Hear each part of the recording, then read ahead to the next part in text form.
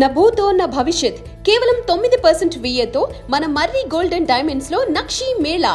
మర్రి golden diamonds, KPHB metro station, Hyderabad. బెంగళూరులో బుధవారం సాయంత్రం కురిసిన అకాల వర్షం పెను భీభత్సం సృష్టించింది. కేవలం గంటన్నర పాటు కురిసిన భారీ వర్షం, వడగండ్లు, ఈదరగాలుల దాటికి నగరమంతా అతలకుతలమై. ఈ ప్రకృతి వైపరీత్యం కారణంగా మొత్తం 10 మంది ప్రాణాలు కోల్పోయినట్లుగా సమాచారం. Shivajinagar, MG road, B grade రోడ్లోని లోతట్టు ప్రాంతాలు జలమయం కావడంతో వాహనాలు కొన్ని నీట మునిగాయి. శాంతినగర్లో మోకాళ్ల లోతు నీరు చేరడంతో ట్రాఫిక్ గంటల తరబడి నిలిచిపోయింది. జయనగర్, JP నగర్ ప్రాంతాల్లో వడగండ్ల వాన కురుస్తుంది.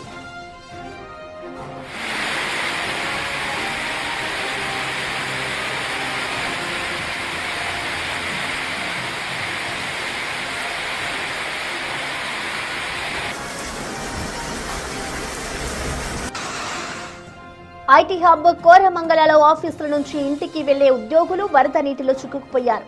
ఇందిరానగర్ అనేక చోట్ల కొమ్మలు విరిగి విద్యుత్ తీగలపై పడడంతో విద్యుత్ సరఫరాకు తీవ్ర అంతరాయం కలిగింది. HSR లేఅవుట్ రోడ్లపై నీరు నిలిచి చెరువులను తలపించాయి. వైట్ ఫీల్డ్, మారతహారిలో వర్షం కారణంగా ఇక్కడ కిలోమీటర్ల మేర ట్రాఫిక్ జామ్ ఏర్పడింది. శివాజీనగర్లో నీటితో నిండిన గుంతలో పడి ఉన్న కరెంటు వైర్ తగిలి ఓ యువకుడు మరణించాడు.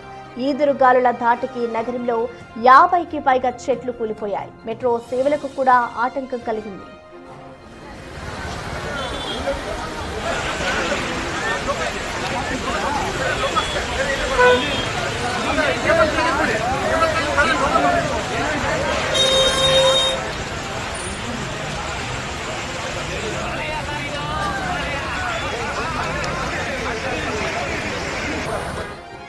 బెంగళూరులోని బౌరింగ్ లేడీ కర్జాన్ ఆసుపత్రి సమీపంలో దారుణ ఘటన చోటు చేసుకుంది.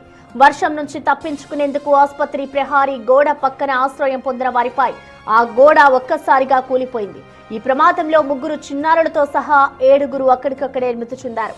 మరికొందరు గాయపడ్డారు. మృతుల్లో ఎక్కువ మంది వీధి వ్యాపారులే ఉన్నట్లు గుర్తించారు. గోడ పాతది కావడం, పక్కనే మట్టి పోసి ఉండడంతో కలిగిన ఒత్తిడితోనే ఈ ప్రమాదం జరిగినట్లుగా తెలుస్తోంది.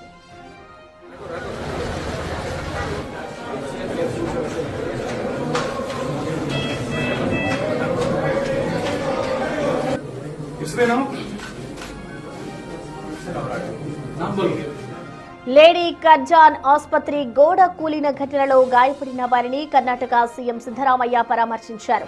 మృతుల కుటుంబాలకు 5 లక్షల రూపాయల చొప్పున పరిహారం ప్రకటించారు.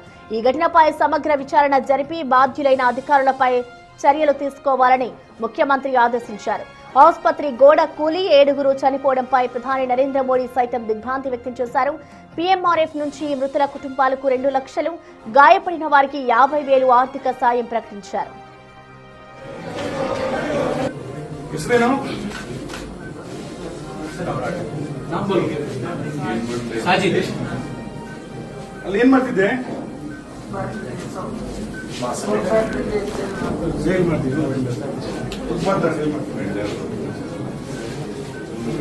ನೀನೇನ್ ಮಾಡ್ತಿದ್ದೆ ಅಲ್ಲಿ?